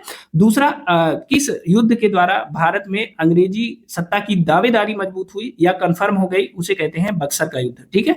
चूंकि जो प्लासी का युद्ध था ना, वह चोरी चुपके से लड़ा गया युद्ध था, उसमें बेईमानी की गई थी, इसलिए उसे वास्तविक युद्ध नहीं माना जाता है। लेकिन जो बक्सर का युद्ध था वह बिल्कुल आमने सामने का युद्ध था। और खास बात यह रही कि उसमें मुगल सम्राट शाह आलम भी, मतलब भारत का सम्राट जो उस समय था, वह भी उसमें शामिल था। अवध का नवाब भी उसमें शामिल था और मीर कासिम भी उसमें शामिल था। तो इस तरह से यह माना जाता है कि पूरे भारत को हराने का जो, चूंकि मुगल सम्राट को माना जाता था ना कि भारत इसके कब्जे में है जहां तक उसका शासन था, तो यह मान लिया जाता है कि पहली बार जो है बक्सर के युद्ध में अंग्रेजों की निर्णायक विजय होती है और यहीं से अंग्रेजी सत्ता की स्थापना का मार्ग प्रशस्त होता है। तो दोनों बातें अलग अलग याद रखिएगा। भारत में अंग्रेजी सत्ता की जो नींव है वह प्लासी युद्ध के साथ पड़ती है और जो वास्तविक नींव है वह जो है बक्सर युद्ध के पास पड़ती है। इस तथ्य को ध्यान रखेंगे, दोनों तिथियों को याद रखेंगे, कौन कौन इस युद्ध में शामिल हुआ इसे भी याद रखेंगे, ठीक है। तो ब्रिटिश सत्ता की स्थापना हो जाती है।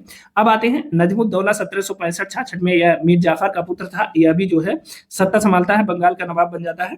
दो चीजें और यहां से महत्वपूर्ण है, एक तो इलाहाबाद की प्रथम संधि जो 12 अगस्त 1765 को हुई थी और दूसरी है इलाहाबाद की द्वितीय संधि जो 16 अगस्त 1765 को हुई थी। यहां से प्रश्न लगातार परीक्षाओं में पूछे जाते हैं, तो ठीक है। सबसे पहले इलाहाबाद की पहली संधि की बात करते हैं। इलाहाबाद की प्रथम संधि 12 अगस्त 1765 को होती है और यह मुगल सम्राट शाह आलम के द्वारा से की जाती है। संधि पर जो हस्ताक्षर, ध्यान रखिएगा, पहली संधि मुगल सम्राट शाह आलम से की जाती है, ठीक है। इलाहाबाद की प्रथम संधि 12 अगस्त 1765, यही पूछ लिया जाता है किससे यह संधि की गई थी, तो मुगल सम्राट शाह आलम से की गई थी। संधि पर जो हस्ताक्षर करता थे वह थे शाह आलम द्वितीय, ये मुगल सम्राट थे, और बंगाल के नवाब नजमुद्दौला ने भी उस पर हस्ताक्षर किया था और एवं क्लाइव, रॉबर्ट क्लाइव ने भी उस पर हस्ताक्षर किया था, इसे ध्यान रखेंगे। इसमें प्रावधान क्या रखा गया, इसमें अब चूंकि बक्सर का युद्ध हो गया था, ये लोग हार गए थे, तो अब तो कंपनी भाई लीड रोल में थी, वो जो मांगती वो तो देना ही था। तो इसमें बताया गया कि बंगाल, बिहार एवं उड़ीसा की दीवानी कंपनी को दे दी जाए।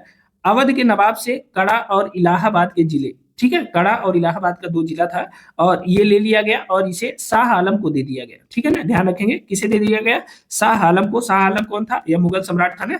तो अवध के नवाब से ये 2 जिले जो उसके राज्य में स्थित थे, कड़ा और इलाहाबाद का, ये 2 जिला ले लिया गया और यह मुगल सम्राट को दे दिया गया।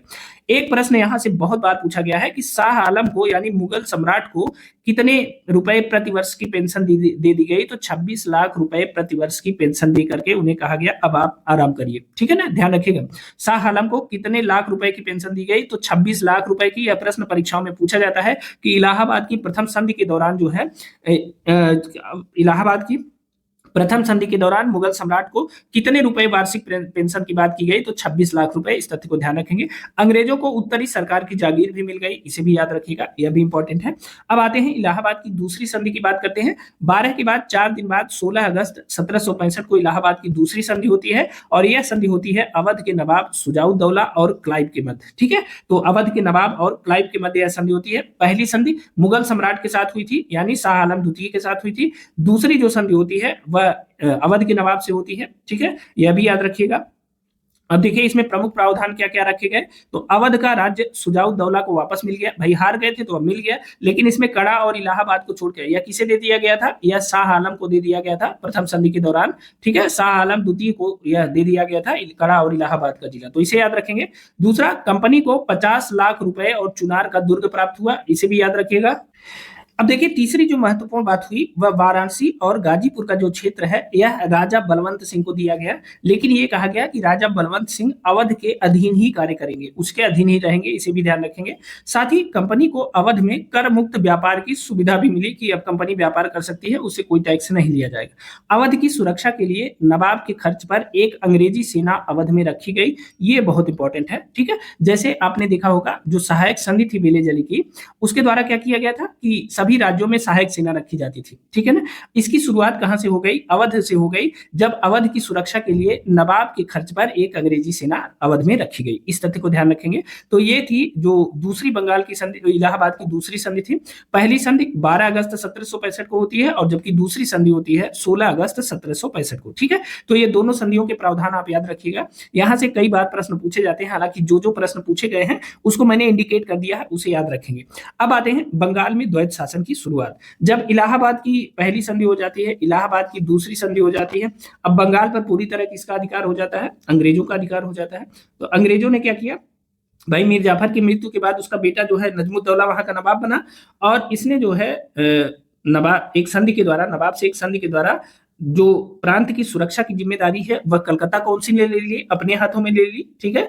और नवाब की सेना को पूरी तरह से समाप्त कर दिया, ठीक है। तो 1765 में क्या हुआ? बंगाल की सुरक्षा का जो दायित्व है वह कंपनी ने ले लिया और सुरक्षा के लिए इसने क्या किया?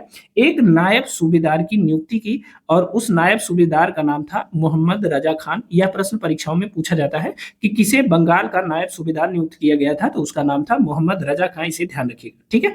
अब सेना जो है वह बाहरी संबंध तथा वित्तीय व्यवस्था पर कंपनी का जो नियंत्रण था वह स्थापित हो, मतलब जो है नवाब का कोई मतलब नहीं रहा, उसकी सेना खत्म कर दी गई। तो सेना, बाहरी संबंध और बाहरी मतलब विदेश नीति जिसे कहते हैं, और वित्तीय व्यवस्था सब पर जो है कंपनी का नियंत्रण हो गया और जो नवाब था उसे 53 लाख रुपए की पेंशन दे दी गई, ठीक है। इसे भी ध्यान रखेंगे। और बंगाल में जो है द्वैध शासन की शुरुआत कर दी जाती है, इसे भी ध्यान रखेंगे। अब ये द्वैध शासन क्या है इसके बारे में जानना बहुत जरूरी है। अब देखिए द्वैध शासन से क्या आशय है, सबसे पहले तो यह जानना जरूरी है। तो वास्तव में जो द्वैध शासन था इसकी जो शुरुआत थी वह लियो कर्टिस को माना जाता है कि इसकी शुरुआत किया था। लियो कर्टिस को इसकी शुरुआत करने का श्रेय दिया जाता है। द्वैध शासन से आशय था कि एक ही, मतलब दो प्रकार की सरकार का एक साथ शासन, एक ही क्षेत्र हो और दो प्रकार की सरकार हो, उसका एक साथ शासन करना क्या कहलाता था? द्वैध शासन। अब मैं आपको बताता हूं कि द्वैध शासन के अंतर्गत जो भारत में द्वैध शासन की शुरुआत की गई थी यह बंगाल में की गई थी, 1765 में की गई थी और हमने आपको अभी बताया कि क्लाइव के द्वारा इसकी शुरुआत की जाती है। अब इसमें किया क्या गया वास्तव में? तो इसमें द्वैध शासन के अंतर्गत जो प्रशासन, राजस्व वसूली तथा दीवानी न्याय, ये जो व्यवस्था थी यह कंपनी के पास आ गई। दूसरा, आंतरिक शांति, फौजदारी न्याय और अन्य प्रशासनिक जो दायित्व था वह नवाब के पास चला गया। अब इन दोनों चीजों को ध्यान से देखिए, प्रशासन, राजस्व वसूली और दीवानी न्याय कंपनी के पास है। जितनी पैसे वाली चीजें हैं, पैसा वसूलने वाली चीजें हैं, वो किसके पास है? वह कंपनी के पास है। जबकि आंतरिक शांति, फौजदारी न्याय और अन्य प्रशासनिक जो दायित्व है वह किसके पास है? नवाब के पास है। पैसा किसके पास जा रहा है? कंपनी के पास जा रहा है। और दायित्व किसके पास आ रहा है? नवाब के पास आ रहा है। यही जो शासन था इसी को द्वैध शासन कहते हैं। कंपनी ने पैसे का सारा काम कर लिया, पैसा ले लिया, मुक्त हो गई, लेकिन जो आंतरिक झगड़े थे, लड़ाई थी, फौजदारी थी और जो अन्य प्रशासन के दायित्व थे वो नवाब के पास छोड़ दिए और नवाब के पास पैसा ही नहीं था, तो फिर नवाब कैसे शासन चलाएगा? तो इसी जो व्यवस्था थी इसी को द्वैध शासन कहा गया। इसे ध्यान रखेंगे, यहां से प्रश्न पूछा जाता है। अब चलिए दो चीजें और याद रखिए। एक तो मोहम्मद रजा खां को बंगाल का सूबेदार, नायब सूबेदार बनाया गया और दूसरा राजा सिताब राय को बिहार का नायब सूबेदार बनाया गया था इस द्वैध शासन के अंतर्गत।